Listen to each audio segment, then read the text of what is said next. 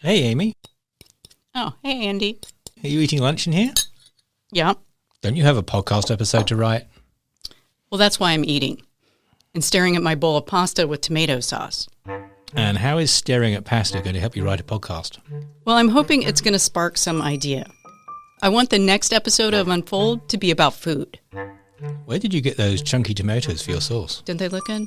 They do. Out of a can from the store. I'm a great cook. A can? Yeah. You know, tomatoes pair nicely with both pasta and UC Davis. Huh? Well, back in the 50s, a UC Davis plant breeder and an engineer walked into a bar. No, they teamed up to invent a mechanical tomato harvester. It was the first machine that sorted and loaded tomatoes automatically. The processing tomatoes, the one you use in cans for your sauce. And I recall they also developed a new tomato that would be tough enough to survive that harvester. It was kind of square, wasn't it? Yeah, the square tomato. Well, not really square, but tough enough to harvest. Square-ish. Yeah, so perfect pairing, don't you think? Technology and food. Right. Well, it's funny you should say that, since part of my job at UC Davis is to tell stories about food and agriculture, and part of your job at UC Davis is to tell stories about engineering. Well, then I've got an idea for an episode. Why don't we do something on the newest technology, artificial intelligence? Just said it has to be on food. Well, AI is used in agriculture. We have an entire institute at UC Davis devoted to this. Artificial Intelligence Institute for Next Generation Food Systems. Okay, wait, hang on. Let me move my tomato sauce aside for the moment. What are you doing with your laptop? I'm opening up ChatGPT. Are we supposed to be using that? Shh. Are you just going to have it write the episode? Oh, let's not go there. Besides, I've tried it and it's not as good as we are. I still have to do the work. Then you probably aren't using the right prompts. It's all about the right inputs. You know what it is good at? Coming up with names for a podcast episode. Because calling the episode AI and Agriculture is boring. Here's an entire list. From Fields to Feasts, How AI Nourishes Our World. That sounds good. That's no good. I like number 2, Bites and Bites, Unraveling the AI Menu for Tomorrow's Food. See how it's a play on words of bites of an I and bites of a Y? Yeah, but you just had to explain that to people. So people just listening to a podcast won't get it. Wait, this is it. Number 4, Harvesting Intelligence, AI's journey from farm to table. And to stomach.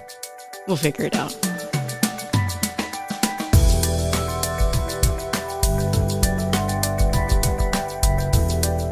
Coming to you from UC Davis, this is Unfold. I'm Amy Quinton. And I'm Andy Fell.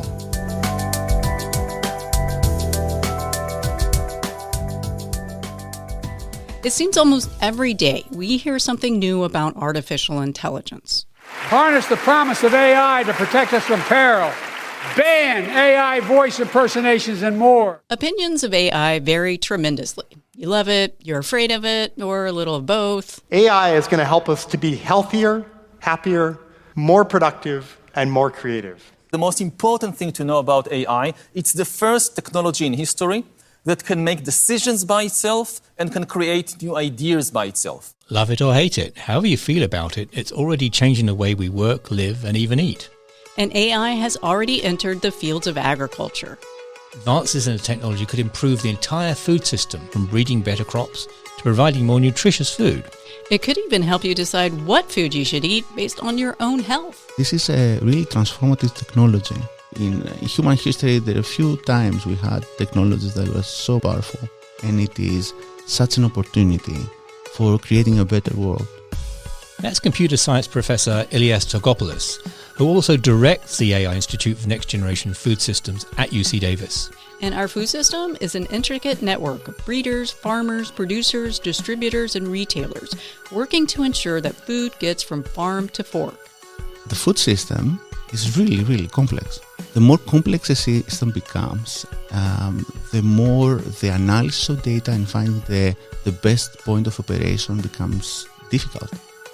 It gets even more complex when you factor in other challenges to the food system, like unpredictable weather, droughts and floods, climate change. Or shortages in supplies like fertilizer, or an increasing demand for food from a growing population. And that's where AI can help by analysing vast amounts of data, making predictions and learning from its mistakes. It can play a role from before a seed is planted in the ground up to the moment the food is eaten. To understand this, let's start by talking about the tomato sauce in my bowl, Andy.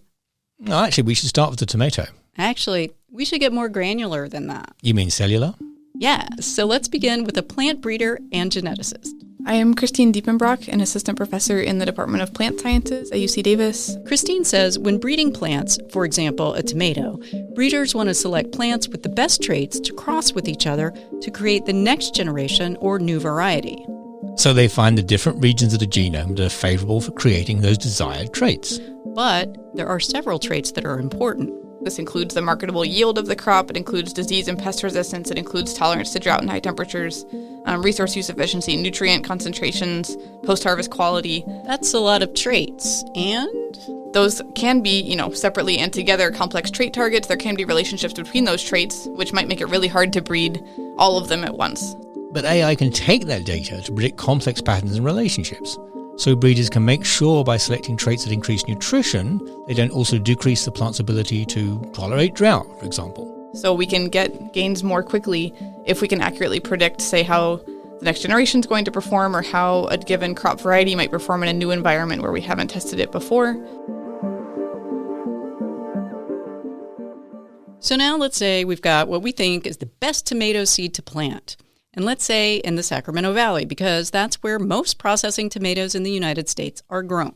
And let's say it's been bred to be both drought and heat tolerant. And that's also important in the Sacramento Valley. And to be highly nutritious. Perfect.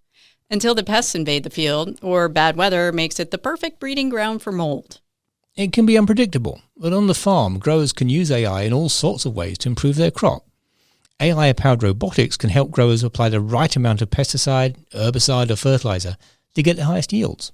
Assistant Professor Mason Earles leads the Agricultural Production Cluster with the AI Institute. We use a lot of cameras and other types of sensors on these robots, and those really need to process in near real time what they're seeing and be able to do something such as remove a weed that we don't want in the field, or you could even think of spray a certain amount of nitrogen where it's needed but not where it's not. So we could be using resources more efficiently or producing foods more effectively that way. Think this is just really futuristic? Think again. Mason says growers are already using this type of computer vision in the field. John Deere is even advertising it for row crops. See & Spray Ultimate uses proprietary camera technology that was developed by Blue River Technology, a subsidiary of John Deere. So it uses computer vision and machine learning to scan the field constantly for weeds from crop and then sprays only the weed. Mason says adapting this AI technology to work in different types of specialty crops, the fruits, nuts, and vegetables that we grow in California, is the next step. So AI can take different kinds of data in the field and combine them. For example, video cameras on tractors can capture images of plants. Satellites can gather data on soil moisture. And then there are drones.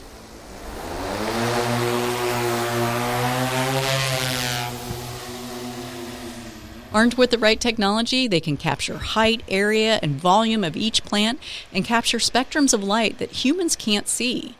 And all of that data could be combined with weather data and historical yield. And AI can then help growers better predict yield while minimizing water and fertilizer use. Mason says AI can give growers a step up. The challenge that they're dealing with is there's a lot of uncertainty out there in any given year, right? And so it's sort of giving them a superhuman suit to be able to go out and do the things they're doing better.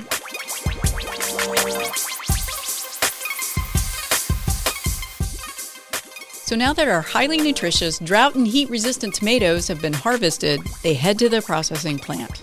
Well, hold on, Amy, because AI can be used before the tomatoes even get through the doors of the plant. You're right. Professor Chris Simmons, the chair of our Food Science and Technology Department, has used AI to try to predict the likelihood that a load of tomatoes could get rejected at the gate. He says sometimes those tomatoes can get bruised, moldy, or squished, and that's a waste. It's a concern for tomato processors.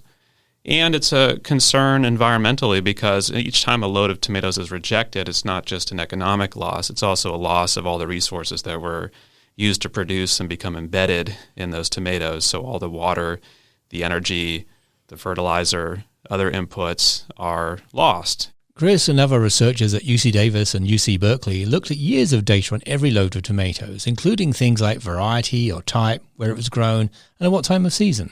They combined it with weather and climate data to train different AI algorithms to try to predict when a load of tomatoes would be rejected for mold. And they did find some weak predictors. Those would be the time of the season and the acidity or the pH of the tomatoes themselves. So the models worked, but Chris says not in an ideal way. They were predictive, but not with a specificity that would really allow anybody to say, well, this load coming from this location at this time of the season is really at a very high risk of having mold, and maybe we should not even bother. Which just proves your point, Andy, that you made at the beginning of this episode about ChatGPT. It's all about the right inputs. Yeah, or in this case, more and better data.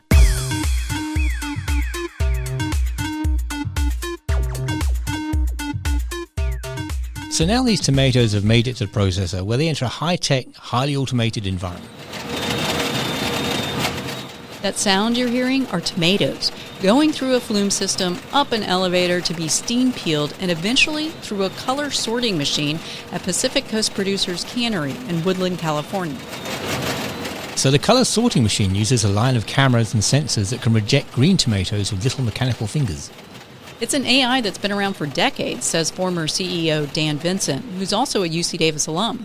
And you can't see the product going through. It's going so fast. And it's making decisions based on density, based on size, based on color, in a split second.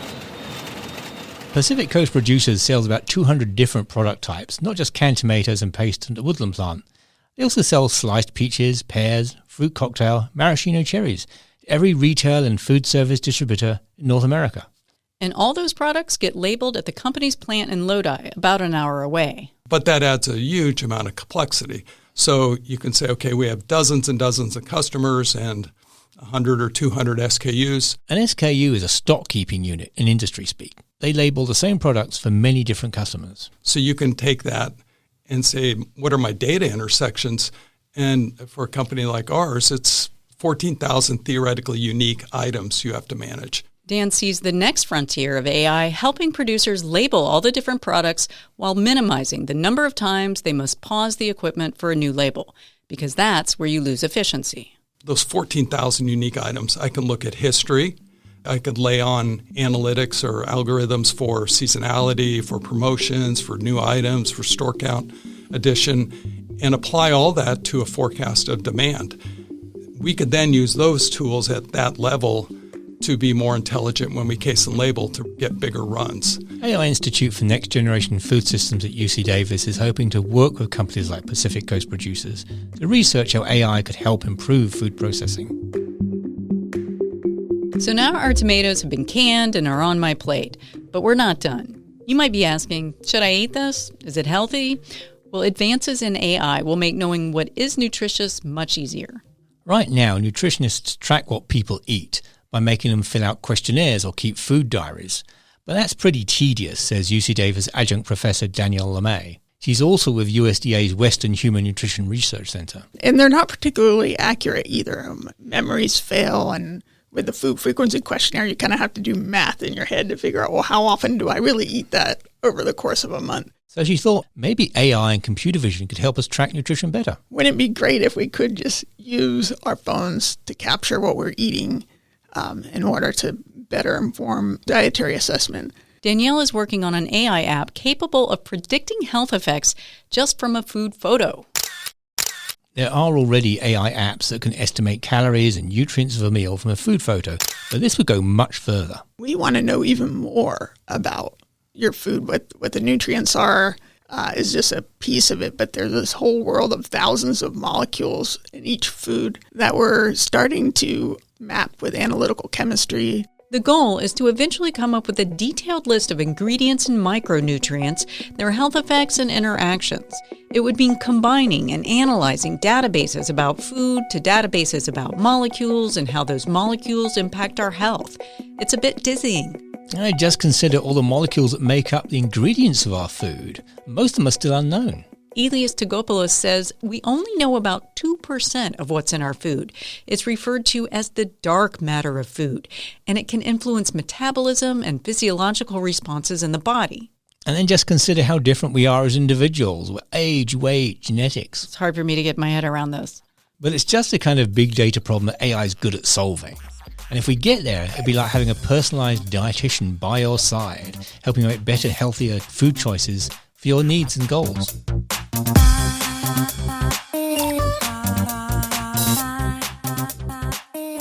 So there is one last and very important piece of the AI and food systems puzzle, and that's integration.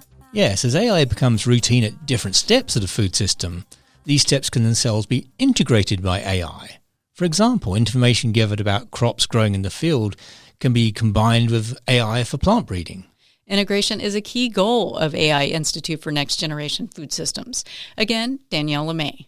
Within different parts of the food system, there's many interconnecting loops, and if you only think about one of them and you're siloed, you'll not be able to solve the whole food system issues. And that's important, because AI could solve many of the food system's most challenging problems. Ilias Tagkopoulos says AI holds promise of a healthier and more sustainable planet. It will allow us to be more efficient in the way that we grow food and we consume food. And that means lower cost, lower resources, and better, healthier food for us. That's not to say AI comes without issues. Ilias says regulation, but not over-regulation, is key to making sure AI is ethical, trustworthy, and equitable. Sure, but you know what, Amy? We'll probably find in a few years that AI fades into the background. Huh? Yeah.